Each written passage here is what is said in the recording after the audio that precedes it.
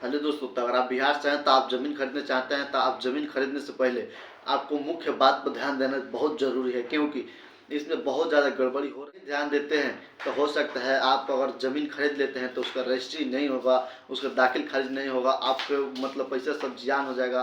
तो उसमें आपको क्या करना होगा उस पूरा जानकारी मैं बताऊंगा इसमें कि किन किन महत्वपूर्ण बातों को आपको ध्यान देना। बहुत बाद में पछताएंगे कि हाँ हम उससे क्या मिस्टेक हो गया, क्यों नहीं देखे हम। तो इतना महत्वपूर्ण जानकारी मैं बताऊंगा इस वीडियो में। कुछ नोटिस है, उस नोटिस को दिखाने का मैं प्रयास करूंगा और समझा दूंगा पूरा डिटेल्स में। आप देखिए, आपको अच्छा समझ में आ जाएगा। आप ज़मीन खरीदने जाएंगे तो एक बात ज़रूर आप देख लेंगे एक बार। तो आइए ले चलते हैं, मोबाइल के स्क्रीन पर दिखाते हैं क्या है नोटिस। और सबसे पहले आपसे रिक्वेस्ट है कि आप अगर चैनल पर नए हो चैनल सब्सक्राइब कर लीजिए और वीडियो को लाइक शेयर जरूर कीजिए। आइए ले चलते हैं, मोबाइल के स्क्रीन पर दिखाते हैं क्या है। तो ऐसे में आप सभी को जो कुछ बातों का ध्यान रखना बहुत ज़रूरी है, क्योंकि बिहार सरकार की तरफ से दाखिल खारिज को लेकर के एक नया गाइडलाइन जारी किया गया है। उसमें जानकारी दिया गया है कि अगर आप कोई भी ज़मीन खरीदते हैं तो किन किन बातों पर ध्यान देना है। देखिए, यहाँ पर कुछ नोटिस आया है, तो नोटिस के माध्यम से हम जानकारी देंगे किसका ज़मीन लेना है, किसका नहीं लेना है।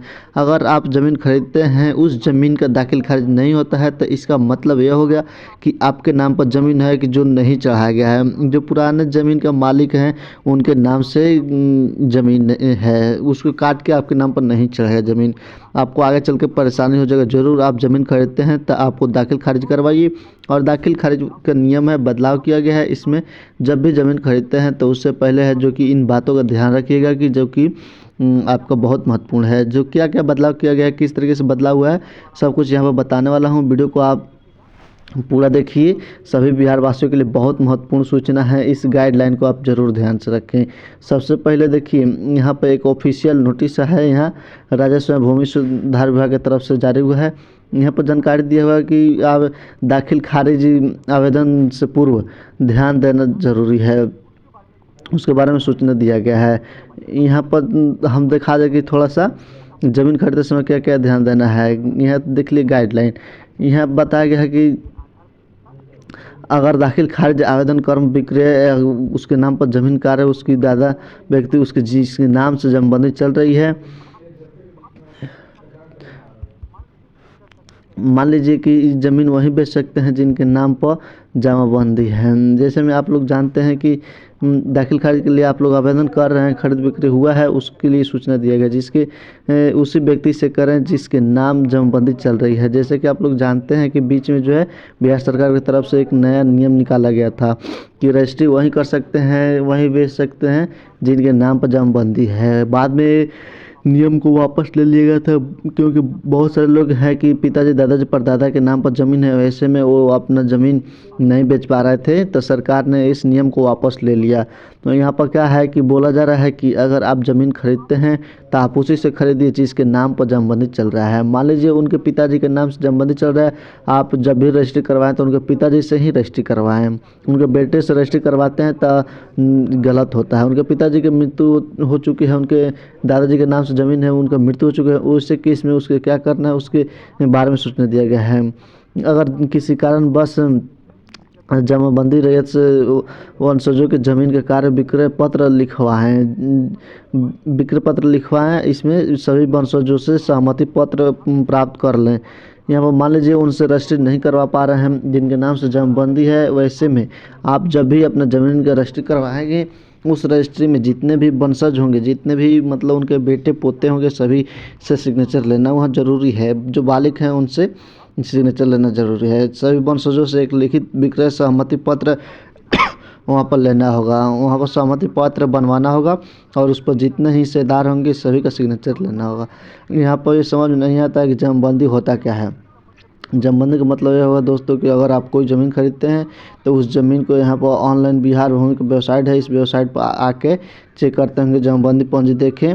जब भी आप यहाँ पर देखते हैं खाता कैसे डालते हैं तो जिनका भी नाम शो कर रहा है वहीं जो है कि जमबंदी धारक है, चाहे वो पिताजी हैं चाहे उनके वो दादाजी हैं, जिनके भी नाम से ऑनलाइन में शो करता है वहीं जमबंदी धारक होते हैं। वैसे में कोशिश कीजिए कि जिनका भी नाम शो करता है वहीं रजिस्ट्री करें। वो रजिस्ट्री नहीं करते हैं तो उनके जितने भी वंशज हैं पोते हैं सभी से आपको सिग्नेचर करवाना होगा। और रजिस्ट्री में भी आपको सभी से सिग्नेचर लेना ज़रूरी होगा। एक बात का ध्यान रखिएगा।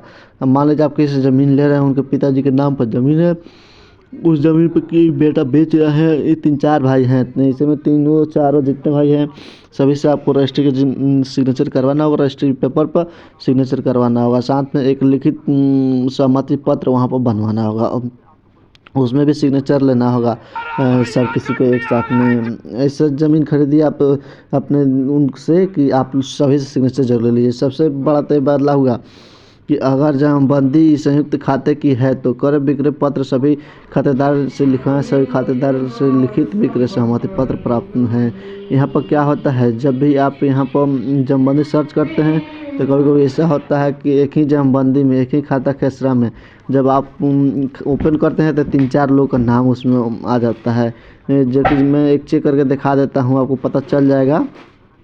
अंचल डालेंगे, सारा कुछ डालेंगे, यहाँ पर हाल का डालेंगे, कुछ भी यहाँ दिखा देता हूँ कि जहाँ पर एक डिटेल सर्च किया हूँ। इस डिटेल में आप देखिए, आप लोगों को जानकारी दिया गया है कि काली प्रसाद, यहाँ नाम दो दिखाया जा रहा है। इसका मतलब है कि काली प्रसाद आनंद मिश्र जो हैं ये 2 बेटे हैं, ये दोनों भाई हैं। इन दोनों का नाम है एक ही जमाबंदी में चढ़ा हुआ है, यानी कि संयुक्त जमाबंदी है। इसमें 2 बेटे हैं, 2 बेटे का नाम है, 3 बेटे होंगे तो 3 बेटे का नाम होगा, या 4 होंगे तो 4 का। तो संयुक्त जमाबंदी है। ऐसा कोई जमाबंदी मिलता है, ज़मीन मिलता है आपको, 2 भाई 3 भाई का नाम है तो उसके बारे में जानकारी दिया गया है, तो उसमें रजिस्ट्री करवाना होगा। अगर आपका ज़मीन कार्य जमाबंदी नहीं करते हैं तो आवेदन करते समय अन्य हिस्सेदारी संबंधित विवरण दर्ज करना आवश्यक होगा तथा विक्रय सहमति पत्र अपलोड करना आवश्यक होगा। तो जो कि मैंने आपको बताया कि जब भी रजिस्ट्री करवाएं तो अपना विक्रय सहमति पत्र बनवा लीजिएगा। अगर आप नहीं बनवाते हैं तो आगे चल के बहुत प्रॉब्लम हो जाएगा। विक्रय सहमति पत्र आपको अपलोड करना होगा और सहमति पत्र पर जितने लोग सिग्नेचर किए हैं, जितने भी हिस्सेदार हैं, सभी का नाम जो है वो आप लोग को दाखिल खारिज में नाम डालना होगा, तभी आपका दाखिल खारिज यहाँ पर हो पाएगा। यहाँ पर 2 सबसे बहुत महत्वपूर्ण अपडेट है, इससे आपको ध्यान में रख के तब रजिस्ट्री करवाना होगा। सहमति पत्र लिखवाना होगा, उनके वंशज हैं उनसे सिग्नेचर करवाना होगा, तब जाके यहाँ पर कोई ज़मीन खरीदिएगा। जब आप कोई ज़मीन खरीदते हैं तो कोशिश कीजिएगा जिनके नाम से है जमाबंदी में उन्हीं से खरीदें, उन्हीं से रजिस्ट्री करवाएं। वो नहीं है तो उन्हीं से ज़मीन खरीदिएगा जिनके बारे में आप उनको जानकारी हो कि हाँ इनके बेटे हैं, इनके कितने पोते हैं, सभी लोग सिग्नेचर करने के लिए तैयार हैं, तभी आप ज़मीन है उस वहाँ पर खरीदिएगा। ये जो अपडेट आया था आप लोग को मैं दिखा दिए। आशा करता हूँ वीडियो पसंद आया होगा। वीडियो पसंद आया होगा तो लाइक शेयर जरूर कीजिए।